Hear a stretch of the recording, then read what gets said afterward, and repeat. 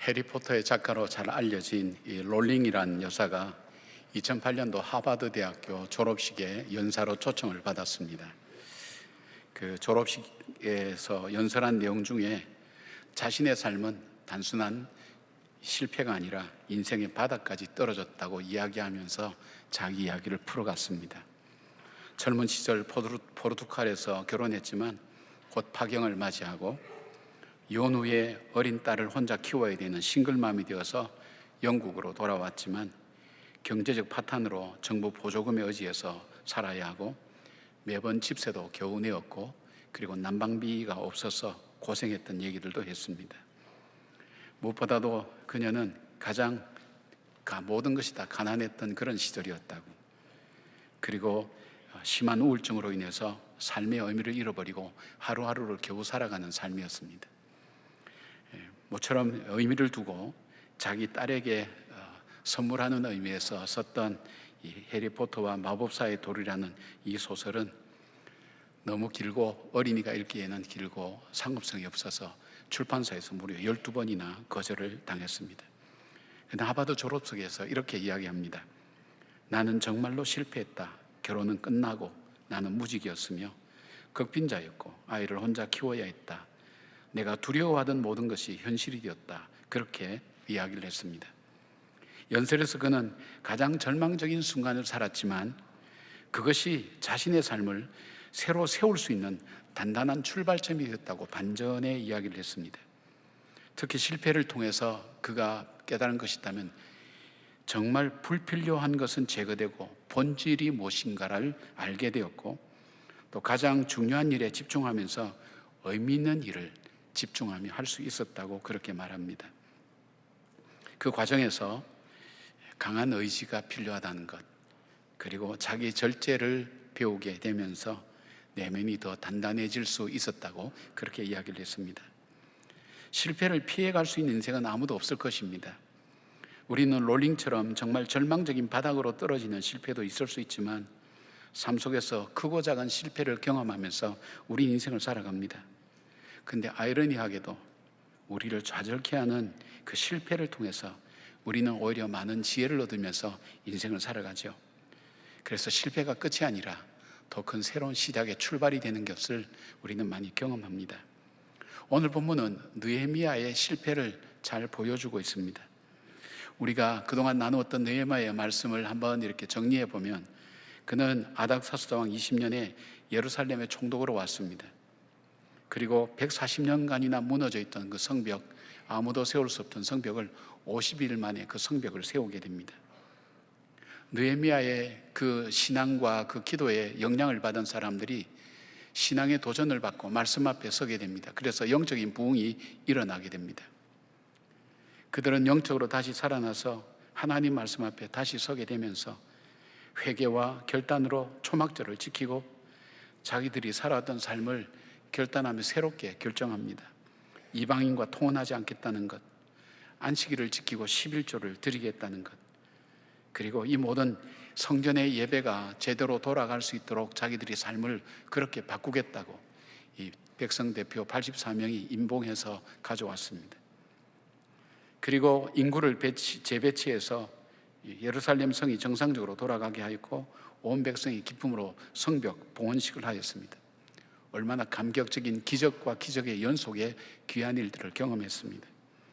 그는 이스라엘이 회복되는 것을 보면서 총독 12년 만에 아닥사스다 왕 32년에 다시 페르시아로 돌아갔습니다. 학자마다 좀 차이는 있지만은 그간 10여 년의 세월이 지나 다시 돌아와서 예루살렘 백성들을 보았을 때 그들은 자신들이 맹세한 대로 살지 않고 이전에 타락한 모습대로 살고 있었습니다. 느헤미야는 자신이 했던 모든 것이 허사로 돌아가고 있고 이 백성은 또다시 심판과 멸망의 길로 가고 있다는 그 사실 앞에서 마음이 무너져 내렸습니다. 여러분, 우리는 실패라는 수없는 다리를 건너서 오늘에 이르게 되었습니다. 어쩌면 실패 후에 어떻게 해야 될지 몰라서 좌절하고 절망하고 있는 분들도 있을 것입니다. 부부관계도, 자녀교육도, 사업도, 건강관리도, 중요한 관계도 실패하여서 힘들어하고 있지는 않은지 모르겠습니다. 바로 이런 일들은 우리의 삶을 주저앉게 만듭니다. 한 걸음도 앞으로 나갈 수 없도록 만듭니다. 그런데 이 느헤미야는 이 정말 절망적인 이 현실 앞에서 그는 주저앉지 않았습니다. 다시 시작하고 회복의 역사를 써가게 되는 것을 오늘 본문에서 우리는 알 수가 있습니다. 그가 다시 시작할 수 있었던 지혜는 어디에 있었을까요? 여러분, 우리가 실패하고 나면 가장 어려운 것이 외로움입니다. 그리고 방법을 찾을 수가 없습니다. 왜냐하면 이전 방법 다 해봤기 때문에 이제는 실망하고 주저앉을 수밖에 없습니다. 거기서 머물지 않고 느헤미야처럼 다시 일어서서 회복의 역사를 써갈 수 있다면 우리의 삶은 얼마나 어려움 가운데서도 행복할까 하는 생각을 해봅니다. 바로 느헤미야의 지혜가 저와 여러분의 지혜가 되어서 어떤 실패든 다시 일어서서 회복의 역사를 써가는 그 기쁨과 감격을 회복하는 저와 여러분 되었으면 좋겠습니다. 느헤미야가 사용했던 영적 지혜의 첫 번째는 뭐냐면 하나님의 말씀 앞에 백성들을 서게 했습니다. 1절 보니까 그날 모세의 책을 낭독하여 백성에게 들렸는데 그 책에 기록하기를 암몬 사람과 모압 사람은 영원히 하나님의 총회에 들어오지 못하리니, 그렇게 되어 있습니다. 아마 이들은 신명기 23장 3절에서 6절 말씀을 읽었습니다. 이 말씀에서 모압과 암몬 자손은 사람은 여호와의 총회에 들어오지 못하고 그들의 평안함과 형통함을 평생 구하지 말라고 했습니다. 그 이유는 애굽에서 나와서 이스라엘 백성이 광야 생활을 할 때 떡과 물로 그들을 영접하지 않았습니다. 그리고 심지어 모압의 술사 발람을 통해서 이스라엘 백성을 저주하게 하였지만 하나님께서 저주가 변화해서 복이 되게 하셨다는 그런 내용입니다. 사실 모압과 암몬은 친척이죠. 이 아브라함의 조카 롯이 자기의 딸들과 관계에서 낳은 아들의 후손들입니다. 그러나 이들은 대대로 이스라엘을 괴롭혔고 혼합주의로 이스라엘 백성의 정체성을 흐리게 만들었던, 흔들어버렸던 그런 족속이었습니다. 따라서 하나님 말씀은 이스라엘 공동체 안에 섞여 있는 모압과 암몬 자손을 분리해내라는 명령이었습니다. 이스라엘 백성들은 자신들도 모르는 사이에 이들이 함께 들어와서 사는 것을 자연스럽게 받아들이고 있었습니다. 그러나 실상은 무엇이 그들로 하여금 이 영적으로 병들게 만들었는지 하는 것을 그들은 모르고 있었습니다. 그런데 하나님 말씀이 바로 모압과 암몬 자손을 분리해내라는 것입니다. 세계적인 성사학자인 제임스 보이스 목사님은 느헤미야가 40세쯤 총독으로 파송되어서 12년을 재직하고 그가 52살에 페르시아로 돌아갔다가 다시 돌아왔을 때에는 60에서 65세쯤 되었을 것이라고 추정합니다. 그렇다면 느헤미야는 그 당시로 봐서는 이미 은퇴를 앞두고 있는 사람입니다. 그러나 그때까지도 느헤미야에게서 발견되는 일관성이 있었습니다. 젊을 때나 나이 들어서나 상황이 바뀌고 입장이 바뀌고 지위가 바뀌고 모든 것이 바뀌어도 일관적으로 그 삶에서 계속해서 볼 수 있는 것이 뭐냐면 그는 기도의 사람이었고 말씀 앞에 순종하는 사람이었다는 것을 그 나이가 되어서도 우리는 볼 수가 있었습니다. 그는 예루살렘의 잘못된 모습을 보고 그 문제를 먼저 지적하는 것보다는 이스라엘 백성들이 먼저 말씀 앞에 서도록 그렇게 했습니다. 그리고 그 말씀이 가르치는 대로 그대로 실천하도록 그렇게 했습니다. 하나님 말씀을 헬라어로 캐논이라고 그렇게 얘기합니다. 캐논이라는 이 뜻은 자, 기준, 규칙이라는 그런 뜻인데 무엇을 판단하거나 측정할 때 사용하는 기준이라는 그런 뜻이죠. 하나님 말씀 앞에 서게 해서 이 말씀이 가르치는 대로 순종하게 한 것은 뭐냐 하면 바로 이 말씀을 자기들의 인생 기준으로 삼고 말씀을 따라서 살아가는 삶을 살도록 했다는 것입니다. 이스라엘의 정체성을 왜곡하고 영적 혼란을 일으키는 모압과 암몬 백성을 공동체에서 분리시켰습니다.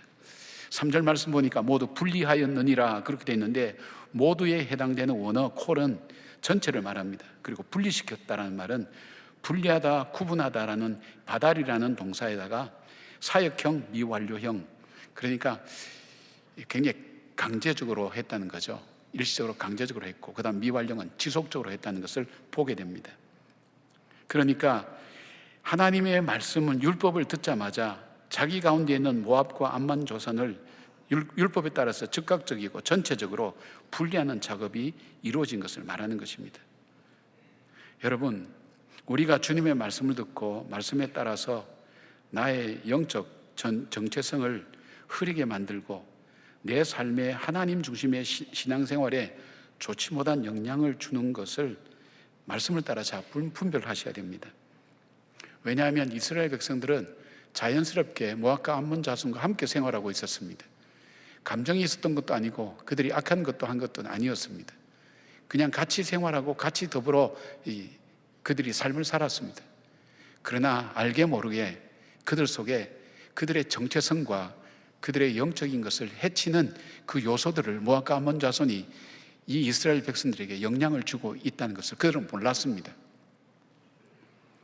제가 이제 나이가 들고 하니까 약 먹는 게 많아졌습니다.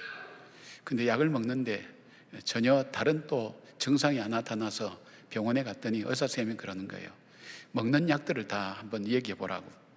먹는 약을 다 이렇게 알려드렸더니 그 약의 성분 하나하나를 이렇게 조사를 하더라고요. 하더니 이 약의 요소가 바로 목사님에게 해를 끼치고 있다고. 이 약을 중단하라고 그렇게 하더라고요. 의사 선생님이 보더니 그렇게 하는 거예요. 마찬가지예요.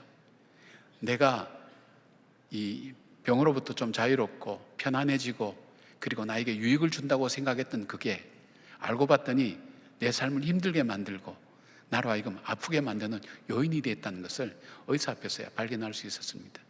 마찬가지입니다, 여러분. 주로 내 삶을 이게 힘들게 만든다는 것, 그것의 대표적인 증상이 뭐냐면, 현상이 뭐냐면 가장 두드러지게 나타나는 것이 예배의 감격입니다. 예배를 드릴 때 내 속에 감격이 없어요. 주무시기도 하고, 그 다음에 다른 생각하다가, 잡생각하다가, 그 다음에 들었다가, 재미있게 얘기하면 좀 들었다가, 물론 설교자에게 문제가 있을 수 있겠죠. 성가대의 문제도 있을 수 있고, 안내하는 사람에게도 문제 있을 수 있습니다. 그러나 진짜 문제는 나 자신 속에 있는 겁니다. 나도 모르게 내가 내 습관 속에, 내가 좋아하는 것 속에, 내게 익숙한 것 속에 나도 모르는 새에 나로 하여금 하나님의 자녀답게 살지 못하게 만들고, 나로 하여금 하나님 앞에서 살아가는 그 기쁨을 얻지 못하도록 만드는 요소가 나의 삶 속에 있다는 겁니다. 그걸 분리해내라는 것, 그것이 하나님의 말씀이었습니다. 로마서 12장 2절에 이렇게 말씀합니다. 너희는 이 세대를 본받지 말고 오직 마음을 새롭게 함으로 변화를 받아 하나님의 선하시고 기뻐하시고 온전하신 뜻이 무엇인지 분별을 하도록 하라고 말씀합니다. 시편 1편 2절에는 복 있는 사람은 여호와의 율법을 주야로 묵상하는 자라고 말씀합니다. 말씀이 자기 삶의 기준이 되게 하라는 것입니다. 여러분, 말씀을 거울이라고 제가 그렇게 말씀드린 적도 있을 겁니다. 빛이라고 말씀드린 적도 있고요. 성경에 나오는 거죠. 거울 앞에 설 때서야 비로소 나의 모습을 보게 됩니다. 빛 앞에 비춰볼 때에 비로소 나의 삶에 힘들게 만들고 어렵게 만들고 나로 하여금 자꾸 영적으로 힘들게 만드는 것이 무엇인가? 이 영적으로 힘들게 만든다는 것이 무한 설명이 될 수 있는데요. 여러분 삶 속에 의미를 잃어버리고 활력도 잃어버리고 예배의 기쁨도 없고 교제하는 것도 없고 삶에 있어서 부족한 건 없는 것 같은데 내 삶의 의미를 찾지 못하고 뭔가 공허하고 허전해가는 그 모습들, 그것이 어디에 있느냐? 밖에 있는 것이 아니라 내 안에 있다는 거예요. 그러니까 하나님 말씀처럼 그것을 분리해내라는 거예요. 찾아내라는 거예요. 어디서 가능할까요? 말씀의 빛 앞에 비춰볼 때예요. 여러분, 이제 3일 동안 우리가 부흥회를 하면서 말씀의 빛 앞에 우리를 비춰볼 것입니다. 그리고 말씀의 거울 앞에 우리 자신을 다시 들여다볼 것입니다. 거기서 나로 하여금 나에게 익숙했는데, 편안했는데, 나의 유익을 위해서 살아왔는데, 그리고 지금까지 문제가 없었는데 그냥 잘 살고 있는데, 그러나 이 속에서 나로 하여금 영적으로 하나님과 더 가까워지고 하나님 앞에 더 하나님 주신 그 은혜와 복을 누리지 못하도록 만드는 요소가 내 안에 있는가를 분리해내는 것, 그것이 회복을 위한 굉장히 중요한 출발점이 된다는 것입니다. 쉽게 말씀드리면 우리로 하여금 실패하게 하는 요인이 나에게 있었다는 거예요. 그걸 몰랐던 거예요. 그게 내가 좋아하는 거고, 내가 습관이 되었고, 내가 좋다고 얘기하고 내 신념이었고, 그렇게 해서 익숙해져 왔지만 사실은 영적으로 내 삶을 힘들게 만들었다는 것, 나라와 볼 것을 보지 못하게 만들고, 들을 것을 듣지 못하게 만들고, 느낄 것을 느끼지 못하도록 만들었던 그 요소가 무엇인가 하는 것을 삶에서 찾아내고 분리하라는 것이 그 말씀이었습니다. 바로 느헤미야는 이 백성들을 그 말씀 앞에 서게 하면서 그들 하여금 깨닫고 모압과 암몬 자손을 분리했던 것입니다. 여러분 삶의 모압과 암몬은 무엇입니까? 그래서 여러분 삶 속에서 한번 분리해 보십시오. 찾아보십시오. 말씀에 비답해서, 말씀의 거울 앞에서 내 삶을 정말 무기력하게 만들고 힘들게 만드는, 그리고 어쩌면 그 속에서 빠져서 다른 것을 보지 못하게 만드는, 눈을 가리고 마음을 가리고 귀를 가리고 그리고 생각을 가리는 그것이 무엇인가 하는 것을 여러분이 진지하게 한번 찾아보십시오. 그래서 예배의 기쁨을 회복하는 그런 여러분들 되기를 바랍니다. 예배의 기쁨을 회복하는 것이 우리 신앙생활에 굉장히 중요한 요소가 됩니다. 하나님의 말씀처럼 새로운 회복들이 저와 여러분 속에 함께 일어나는 하나님 은혜가 되기를 바랍니다.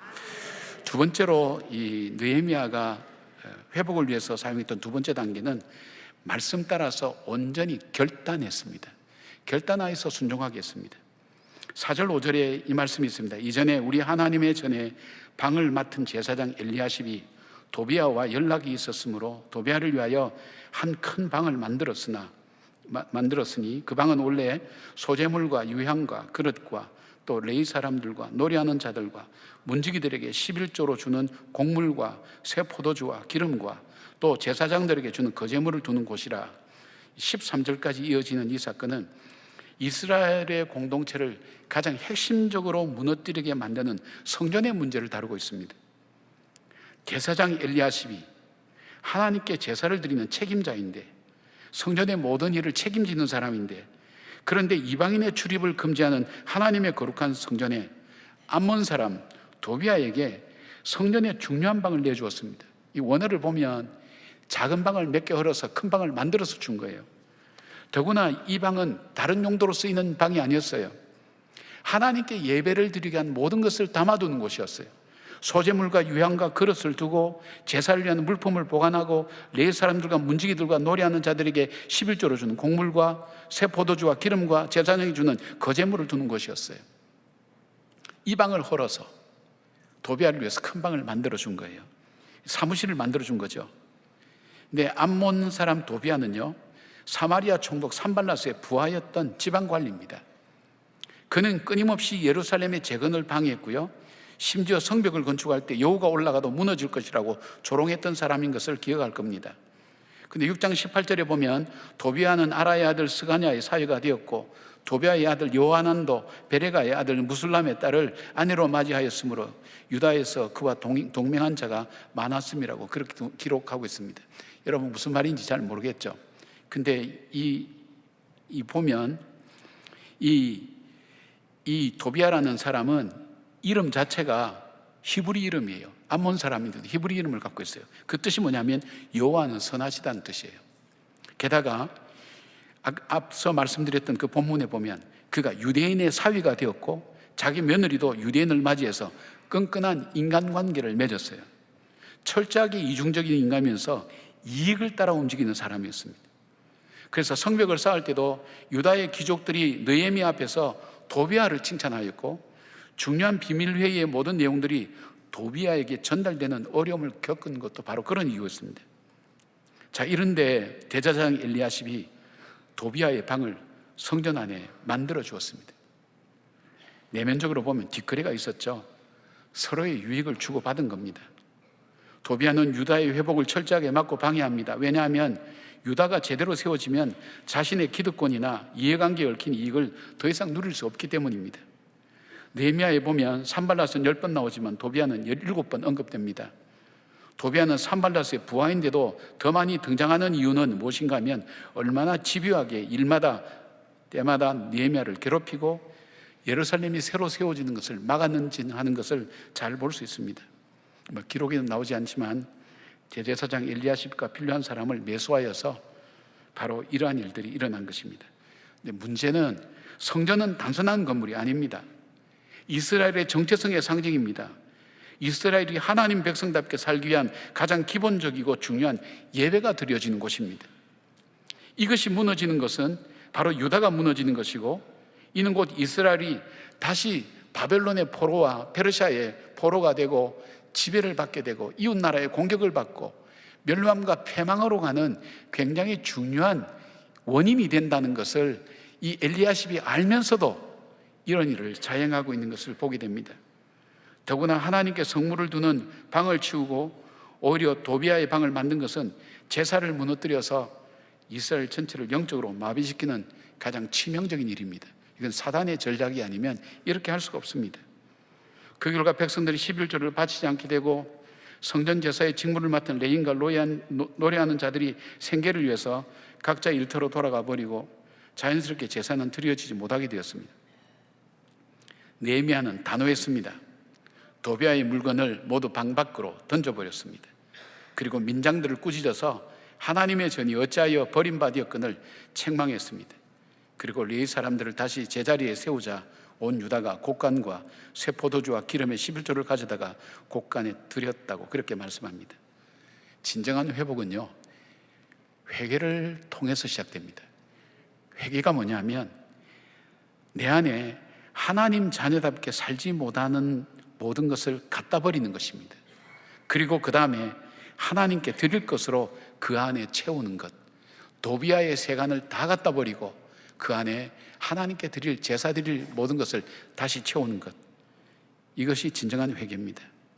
그럴 때에 가장 중요한 예배의 회복이 일어나고 하나님 백성의 정체성을 찾게 되는 것입니다. 여러분, 오늘 우리 안에 하나님께 드릴 방에 세상의 것으로 가득 채워져 있지는 않습니까? 내 욕심과 이익과 관계되는 것을 위해서 하나님께 드릴 것을 내 안에 채우고 예배와 경건한 생활을 잃어버리지는 않았습니까? 우리 몸을 하나님이 거하시는 거룩한 성전이라고 했는데 하나님이 거하시는 거룩한 성전이 내 몸 안에 음란과 거짓과 헛된 것으로 여러분의 삶이 채워져 있지는 않습니까? 가장 중요한 예배를 무너뜨리고 있는데도 불구하고 예배가 무너지는 것을 대수롭지 않게 생각하는 바로 그 기준을 가지고 있지는 않습니까? 스펄전 목사님 그랬다 그러잖아요. 울면서 그랬다 그래요. 큰일 났어. 왜 그러시냐 그러니까 내가 십자가를 들어도 눈물이 나지 않아. 내 마음에 변화가 없어. 여러분, 예배 때 그냥 참석하고 하는 것이 일상처럼 습관처럼 생활처럼 되어 있는 그것이 아니라 예배 때마다 내 속에 하나님 주신 감격이 있어야 돼요. 그리고 그 감격을 통해서 내 삶의 인생의 방향을 다시 잡고 목적을 다시 찾고 삶의 의미를 찾고 그리고 내가 정말로 오늘 내가 해야 될 일 그리고 내가 어떻게 걸어가야 될지를 확인하는 귀한 시간이 되어야 되는 거예요. 그 감격이 있어야 돼요. 그 감격이 없고 그냥 싱숭맹숭하게 그냥 예배 드리는 거니까 이렇게 돼 있다면 여러분 삶에서 영적으로 여러분 속에 있어야 될 것이 없고 없어야 될 것으로 채워져 있는 우리 자신의 모습을 발견할 수가 있습니다. 요한복음 2장에 보면 예수님의 성전 안에서 장사한 사람들을 노건으로 채찍을 만들어서 장사치들을 다 내쫓고 내 아버지 집을 장사하는 집으로 만들지 말라, 내 집은 기도하는 집이라고 그렇게 말씀했습니다. 기도와 말씀을 사모하는 것이 사라지고 나의 편안함과 유익함과 만족함을 위해서 세상 것으로 가득 채워져 있지는 않습니까? 제가 오래전 이야기인데요, 상담을 좀 할 수 있어요. 그 부부관계가 별로 안 좋은 집사님 가정이었어요. 부부관계가 아주 안 좋아요. 그냥 싸우고 늘 그래서 자기들도 이상하게 생각하는 거예요. 우리가 참 사랑해서 만났는데 왜 우리 부부관계가 이렇게 힘드냐고. 그 자매님하고 이제 상담을 하게 된 거예요. 이런저런 대화하다가 제가 그런 질문했어요. 자매님 혹시 마음에 걸리는 거 있냐고. 집에 있어서는 안 될 것을 혹시 갖고 있는 거 있냐고 물어봤어요. 근데 평소에 걸렸던 모양이에요. 뭘 갖고 있냐면 첫사랑의 편지를 갖고 있었어요. 상상을 못하는 일이죠. 근데 그냥 첫사랑의 편지를 추억으로 갖고 있었다고 생각할 수도 있는데 그것이 아니라 이게 심리적으로 보면 이게 문제가 있는 거예요. 이 심리적으로 문제가 있으니까 관계가 틀어지는 거예요. 그뿐 아닙니다. 영적으로도 문제가 있습니다. 하나님께서 말씀하신 가정의 온전한 회복이 이루어질 수가 없는 거예요. 왜냐하면 이거를 바라보는 거예요. 남편하고 속상할 때 이거 보면서 위로받는 거예요. 그 남자 지금도 그렇게 사랑할까요? 그러진 않을 거예요, 여러분. 뭘 말할까요? 내 속에, 내 삶 속에 하나님의 백성으로 가지지 말아야 될 것을 내가 간직하고 있고, 정말 갖고 있어야 될 것을 간직하고 있지 않으면 내 속에 예배의 기쁨이 없어요. 예배의 감격이 없어요. 말씀을 들어도 아무런 감동이 없어요. 더 훌륭한 강의는 세상에 유튜브 보면 많이 나와요. 하나님 말씀은 생명력이 있다 그랬죠. 그리고 말씀 속에 뭐가 있다 그랬죠. 교훈과 책망과 바르게 함과 어로 교육하기에 유익하다고 해서 우리가 선한 일을 하기에 합당한 능력을 준다고 이 말씀에서 말씀하셨어요. 말씀은 생명력이 있다 그랬어요. 그런데 그 말씀을 듣는데도 불구하고 내 속에 생명력이 없는 이유가 뭘까요? 내 삶 속에 희망이 없어요. 의미가 없어요. 지금 부족한 것도 없어요. 괜찮아요. 그렇게 사는데도 내 삶이 방황하는 이유가 뭘까요? 여러분 안에 있는 도비아의 세간을 버리십시오. 그리고 하나님의 것으로 여러분 삶을 다시 채워보십시오. 하나님이 주시는 그 기쁨과 감격을 다시 회복하게 될 것입니다. 여러분의 실패가 어떤 것인지는 잘 몰라요. 전 여러분의 삶을 모르니까. 그러나 그 실패가 어떤 것이든 여러분, 하나님께서 천지를 창조하시고 내 삶의 생사복을 주관하시는 하나님이라는 것을 믿는다면 실패가 어떤 것이든 우리의 시작은, 회복의 시작은 예배의 회복입니다. 그리고 내 안에 있어야 될 것과 잊지 말아야 될 것을 분리해내는 작업입니다. 그것이 바로 회개요. 회개는 회복의 걸음이 되는 것입니다. 사랑하는 여러분 속에 도비아의 세간을 다 버리는 결단, 하나님 것으로 여러분 마음과 삶을 채우는 그런 결단이 있고 회복의 귀한 은혜를 체험하는 그런 분들이 되시기를 주의 이름으로 축원합니다. 세 번째, 느헤미야는 하나님 앞에 기도하였습니다. 뻔한 얘기일 수 있죠. 14절 보니까 내 하나님이여 일로 말미암아 나를 기억하옵소서. 내 하나님의 전과 그 모든 직무를 위하여 내가 행한 선한 일을 도말하지 마옵소서 그랬어요. 여러분, 느헤미야서를 통해서 계속 발견하는 것이 뭐냐면 처음부터 마지막까지 느헤미야는 기도로 시작하고 기도로 마치는 것입니다. 그리고 기도로 성벽 건축을 하고 이스라엘 공동체를 새롭게 하는 것을 봅니다. 느헤미야서에 느헤미야는 기도를 했다는 것이 무려 9번 정도 나옵니다. 중요한 일이 있을 때마다, 또 중요한 일을 마치고 난 다음에, 또 간접적으로 기도하는 것을 묘사하는 것을 한 서너 번 더 합친다면 한 12번 정도 계속 나온다고 그렇게 얘기합니다. 그런데 이 14절의 기도는 조금 의미가 있어요. 좀 우리하고는 달라요. 기도가 내가 행한 일을 지워버리지 마옵소서라고 기도하고 있어요. 느헤미야가 기도한 이유가 뭘까요? 그가 이 성전을 정결하게 하고 난 다음에 기도로 지금은 기도로 자기가 행해왔어요. 모든 큰 일을 이루어왔어요. 하나님께서 주시는 하나님의 뜻을 따라서 그 말씀에 순종해서 이 백성들을 위해서, 또 하나님의 뜻을 위해서 자기는 최선을 다해서 살아온 거예요. 하나님의 도우심 없이는 모든 것이 이루어질 수도 없고 완성될 수도 없다고 그는 믿고 있습니다. 자신이 했던 모든 일의 마지막 항상 하나님께 있음을 고백하는 기도입니다. 그리고 이렇게 기도합니다. 선한 일을 하기에 최선을 다하는 자기의 삶을 기억해 달라고 기도하는 것입니다. 가장 복된 일을 하고 주님께서 알아달라고 간구하는 것이죠. 조금 이제 기도가 우리하고 다르죠. 여러분은 언제 기도하세요? 어떻게 기도하세요? 요즘 아이들 말로 사고 치고 난 다음 문제가 많아서 그 문제 해결해 달라고 기도하는 것이 대부분의 여러분의 기도일 거예요. 왜냐하면 저 자신도 마찬가지거든요. 문제 해결해 달라고. 근데 느헤미야는 그렇게 기도하지 않았어요. 선한 일을 하고 복된 일을 하고 난 다음에 하나님, 주님을 위한 구별된 마음과 삶을 기억해 주옵소서라고 기도하는 거예요. 여러분, 이 기도를 할 수 있는 사람이 얼만큼 될까요?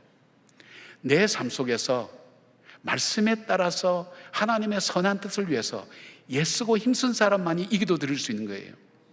하나님, 정말 이거 속상한 일인데 주님 말씀 듣고 제가 용서하기로 마음먹었어요. 제 자신을 쳐서 복종시키고 제가 용서할게요. 하나님, 제가 용서하는 이 마음을 기억해 주세요. 여러분, 그렇게 기도할 수 있나요? 하나님, 정말 이거는 내가 원치 않았던 건데 이 일이 하나님 말씀 속에서 해야 되는 그 마음의 부담감이 와서 이 일을 선택했어요. 때로는 힘들고 어렵지만 그럼에도 불구하고 제가 하나님 말씀을 기억하고 제가 순종했다는 것을 하나님 기억해 주세요. 그런 기도 드린 적 있나요? 하나님께 기억되어지는 사람, 기억할래도 기억이 안 나는 사람이 있어요. 하나님 앞에 기억되어지는 사람, 그런 사람이 기도예요. 여러분 그런 기도 한번 드려보셨나요? 하나님, 제가 하나님 뜻대로 살아온 것 주님 기억해 주세요. 히스기야가 죽게 되었을 때 그는 하나님께 기도합니다. 여러분 잘 아신 대로 이사야 38장 3절에 이렇게 기도합니다. 가로되 여호와여 구하오니 내가 주 앞에서 진실과 전심으로 행하며 주의 목전에서 선하게 행한 것을 기억하옵소서 하고 히스기야가 심히 통곡하니 그래 말씀합니다. 하나님이 이 기도에 응답해 주셨습니다. 그에게 15년의 삶을 더 살게 했습니다. 하나님은 고넬료에게 환상 가운데 나타나서 내 기도와 구제가 하나님 앞에 상달하여 기억하신 바가 되었으니라고 말씀합니다. 그러자 이 가정에 성령의 충만함으로 구원을 받는 역사가 일어납니다. 예수님이 십자가에 못 박히기 전에 옥합을 깨뜨려서 예수님의 머리에 붓고 또 발에 붓고 자기의 머리털로 씻었던 이 여인에 대해서 예수님이 그렇게 말씀합니다. 이 여인이 복음이 전해지는 곳에 이 여인의 행한 일도 기억되게 하리라고 합니다. 하나님께서 기억하시는 일, 여러분 우리 삶에 이런 것들이 얼마나 많나요? 내 마음대로 해놓고 문제가 생기면 도와달라고, 해결해달라고, 그래서 간절히 기도하죠. 그런 간절한 그 기도보다도 내 삶을 말씀대로 순종하고, 하나님 내 삶이 정말 하나님 앞에서 복되게 선택한 일을 계속할 수 있도록 도와주십시오. 하나님이 행하신 일들이 계속해서 이루어질 수 있도록 하나님 내 삶을 지켜주시고 함께 해주십시오 하는 이런 기도의 패러다임을 한번 바꿔보십시오. 무조건 문제 생기면 기도하지 마시고, 하나님은요 문제가 급한 분이 아니에요. 우리는 문제가 급해요. 이 문제 해결돼야 된다고 매달려요. 하나님 문제가 급한 분 아니에요. 하나님은 나와 하나님과의 관계가 급한 거예요. 그러니까 우리에게 그 관계가 멀어지면 어떻게 해요? 하나님이 사인을 보내요. 그게 실패일 수도 있고요, 고난일 수도 있고요, 실현일 수도 있고 상실일 수도 있어요. 하나님이 사인을 보내요. 어떻게 해요? 나와 가까이 하자, 나에게 더 가까이 오라고 말입니다. 그러니까 하나님이 기뻐하신 기도는 어떤 기도일까요? 하나님, 제가 정말 믿음으로 한번 이거 선택해 봤습니다. 하나님이 기억해 주세요. 좀 뻔뻔스럽게 들려질 수도 있죠, 그죠? 우리가 전부 다 하나님 은혜로 하는데 무슨 내가 한 것이 있냐고 이렇게 생각하지만, 느헤미야의 말은, 그 기도는 그런 뜻이 아니죠. 하나님 뜻에 순종한 이 순종이 내 삶 속에서 계속 이루어질 수 있도록 하시고, 하나님 기억하셔서 이것이 도말되지 않도록 저를 붙들어 주시고 이 공동체를 지켜달라는 그 기도 말입니다. 여러분도 그 기도를 드릴 수 있는 그런 분들이 되기를 바랍니다. 회복과 부흥을 갈망하십니까? 그러면 기도의 자리에 나가기를 바랍니다. 말씀을 붙드시고 결단하시면서 함께 인도하실 주님을 간구하시길 바랍니다. 세상과 거룩한 결별을 선언하시고 나를 온전히 들여보십시오. 실패는 아픔이지만 그러나 본질적인 것을 발견하게 해줍니다. 나에게 가치 있고 의미 있게 보였던 것이 아무런 것이 아니었다는 것을 깨달으면서 내가 가지고 있는 것 중에 가장 소중한 것은 하나님이었다는 것을 깨닫게 만들어줍니다.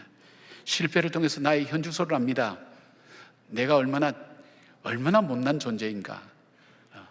나는 대단하다고 생각하지만 하나님 앞에서 내가 얼마나 못난 존재인가.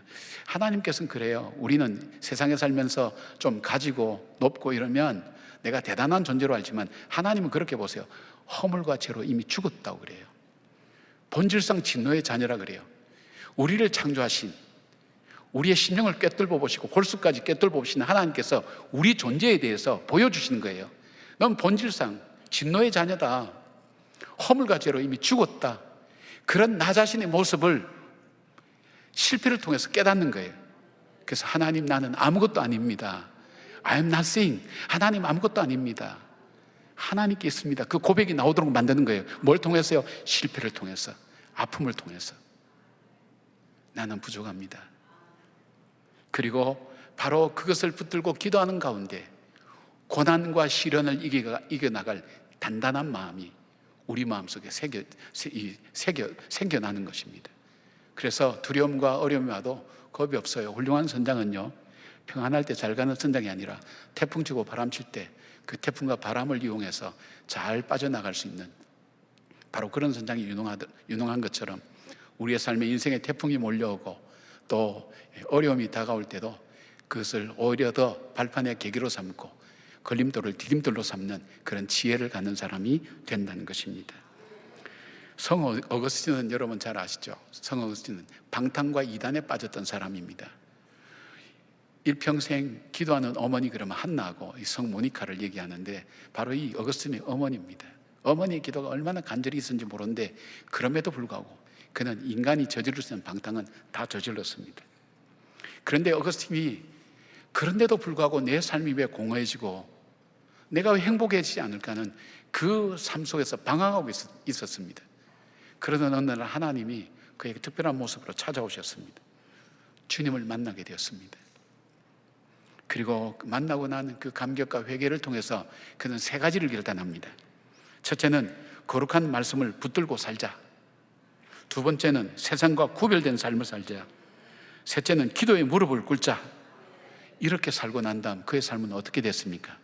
기독교 역사상 가장 위대하고 거룩한 영향력을 끼치는 사람 중에 한 사람이 될 수 있었습니다.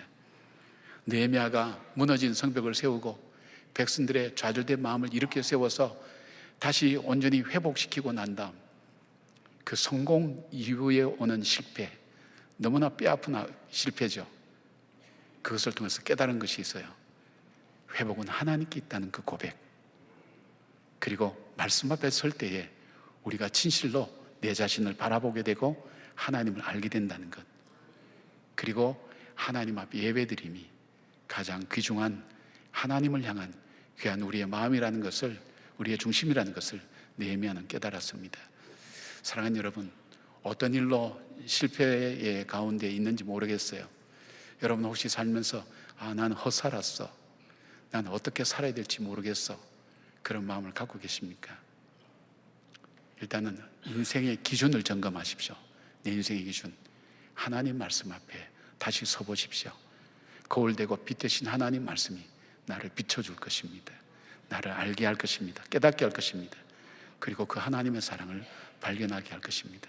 생사화복을 주관하신 하나님께서 우리의 삶의 실패를 변화해서 새로운 생명력으로 변화시켜 가시고 회복시킬 그 하나님 바라보면서 느헤미야의 지혜를 통해서 우리 삶에 하나님의 지혜가 풍성하여서 시련과 고난을 이겨내고 실패를 극복하는 하나님의 지혜로 가득 찬 저와 여러분의 삶이 되기를 주님의 이름으로 축원합니다. 아멘. 기도하겠습니다. 하나님, 롤링이라는 사람은 그 고난과 시련과 실패 가운데 다시 성공하고 난 다음에 그는 삶의 목적을 찾았습니다. 정말 가난하고 고통받는 이웃을 위해서 살아가는 삶을 결단했습니다. 느헤미야는 그 실패 속에서 하나님을 새롭게 발견했습니다. 그리고 하나님께 나가는 길이 어떤 것인가를 깨달았습니다. 주님, 우리는 그렇게 실패하고 회복시켜 주시고 실패하고 회복시켜 주신데도 여전히 실패의 하나님 DNA를 우리는 갖고 있습니다. 갈라내지를 못합니다. 결단하지를 못합니다. 주님, 성령님 우리 가운데 함께하여 주셔서 우리의 영을 해치고 우리로 하여금 하나님 앞에서 바로 살지 못하게 만드는 사단의 세력들을 분별해내는 영의 분별력을 허락해 주시옵고, 우리의 삶 속에서 도비아의 세간을 몰아내고 하나님 것으로 가득 채우는 말씀과 기도로 우리 자신을 새롭게 무장하는 저희들 되게 하여 주시옵소서. 험한 세상, 광야 같은 인생을 살아가는 주님의 자녀들 속에 하나님 날마다 베푸시는 만나의 기적을 발견하게 하시고 구름 기둥과 불 기둥으로 우리의 삶을 인도하시는 그 하나님을 바라보는 믿음의 눈들이 열려지게 하여 주시옵소서. 예수님의 이름으로 기도드리옵나이다. 아멘.